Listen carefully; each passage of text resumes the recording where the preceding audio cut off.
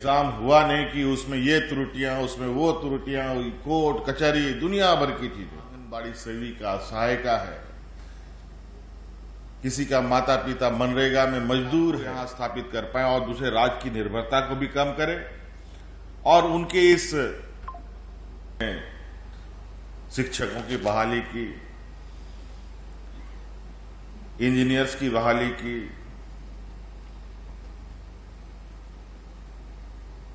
कई डॉक्टरों की भी बहाली की, पंचायत सचिवों की बहाली की,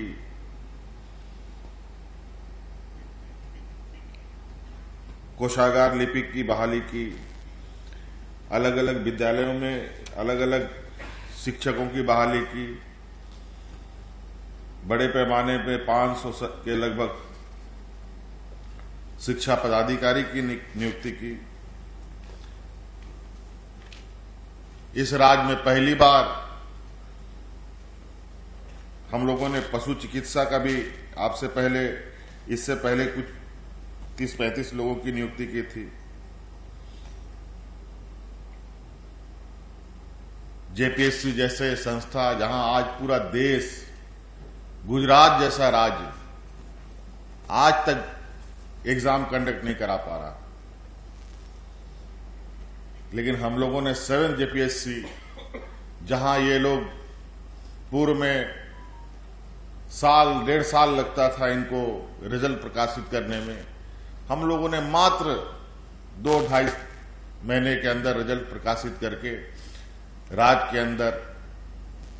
बीडीओ, सीओ, कलेक्टर बना करके नियुक्त करके अलग अलग जगहों पर नियुक्त भी किया। और सुनकर आपको आश्चर्य होगा कि उन नियुक्तियों में राज्य के ऐसे गरीब, जिसकी मां आंगनबाड़ी सेविका सहायिका है, किसी का माता पिता मनरेगा में मजदूर है, किसान है, जो बीपीएल के राशन कार्ड से उसका घर चलता है, उनके बच्चे आज बीडीओ, सीओ और कलेक्टर बन करके राज्य को सेवा दे रहे हैं।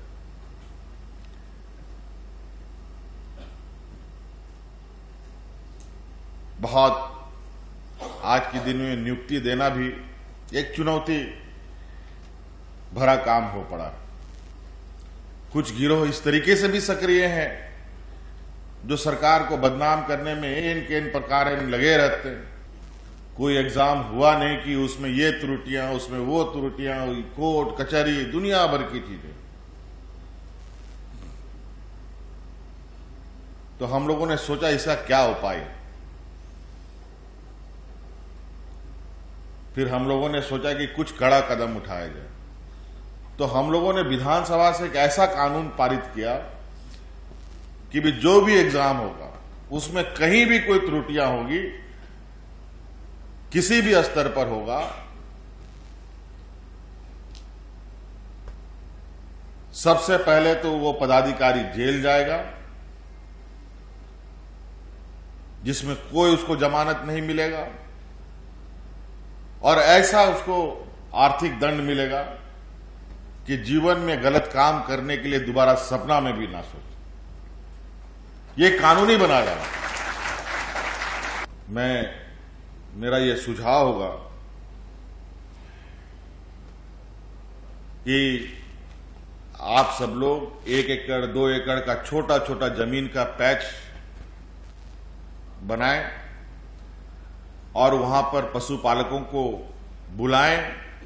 उनको वो जमीनें लीज पर दें, आर्थिक सहायता भी दें। हम चाहते हैं कि राज्य में आने वाला समय कम से कम 300 से 400 ऐसे पशुपालक जो व्यवसायिक रूप से स्थापित हो जाएं, मजबूती से अपने आप को यहां स्थापित कर पाएं और दूसरे राज्य की निर्भरता को भी कम करें और उनके इस व्यवसायिक मॉडल को आम किसान भी देखकर प्रभावित होकर वो भी पशुपालक का भूमिका